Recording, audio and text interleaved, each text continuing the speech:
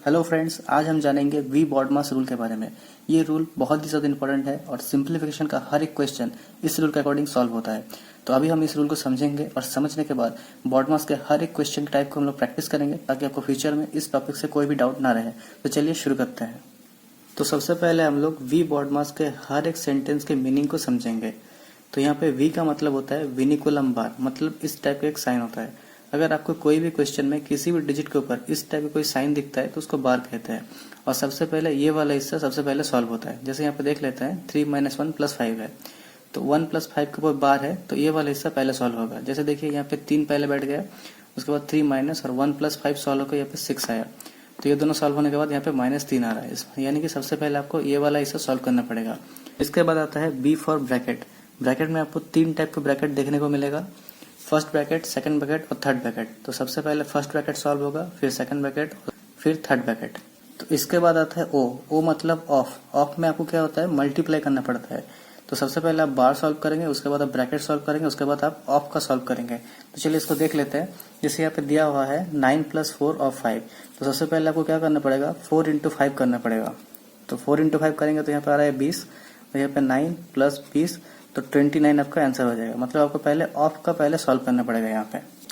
इसके बाद आता है डी। डी यानी कि डिवीजन, मतलब यहाँ पे आपको भाग देना पड़ेगा। उसके बाद आता है एम। एम फॉर मल्टीप्लीकेशन, वहाँ पे आपको गुना करना पड़ेगा। उसके बाद आता है ए। ए फॉर एडिशन, वहाँ पे आपको ऐड करना पड़ेगा यानी कि सम करना पड़ेगा। और फाइनली आपका आता है एस। एस फॉर सब्सट्रैक्शन, यानी कि आपको लास्ट में माइनस करना पड़ेगा। तो चलिए कुछ एग्जाम्पल से हम इसको और अच्छे तरीके से समझते हैं। जैसे कि यहाँ पहला क्वेश्चन में है 4 × 2 - 1। तो जैसा कि वी बॉडमास रूल के अकॉर्डिंग होता है, सबसे पहले आपका बार सॉल्व होता है, फिर ब्रैकेट, फिर ऑफ, फिर डिवीजन, फिर मल्टीप्लिकेशन, फिर एडिशन, फिर सब्सट्रैक्शन।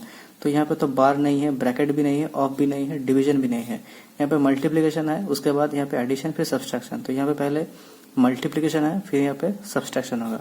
तो हम लोग क्या करेंगे, यहाँ पे क्वेश्चन है 4 × 2 - 1।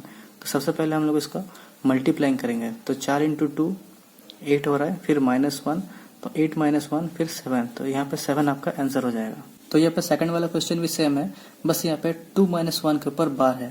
और जैसा कि रूल में बताया गया है, पहले बार सॉल्व होगा।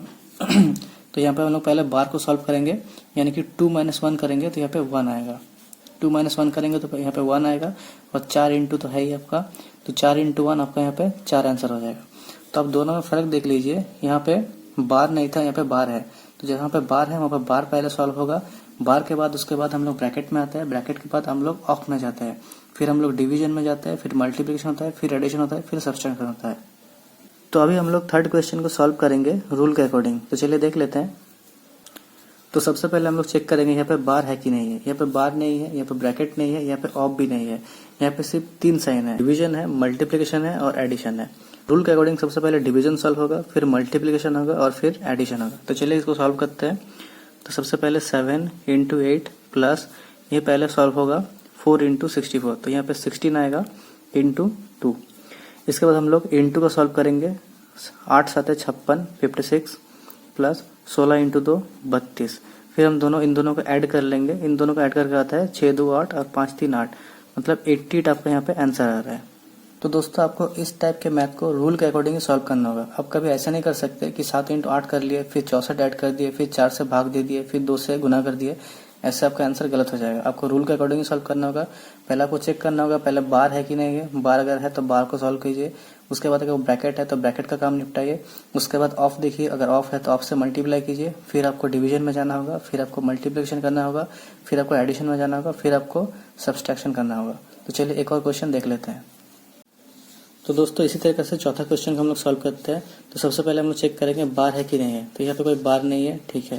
यहाँ पे कोई ब्रैकेट भी नहीं है, ठीक है। यहाँ पे ऑफ है, यहाँ पे ऑफ है। तो सबसे पहले आपको ऑफ को सॉल्व करना पड़ेगा। तो 16 × 4 आप सॉल्व करेंगे तो 64 आएगा।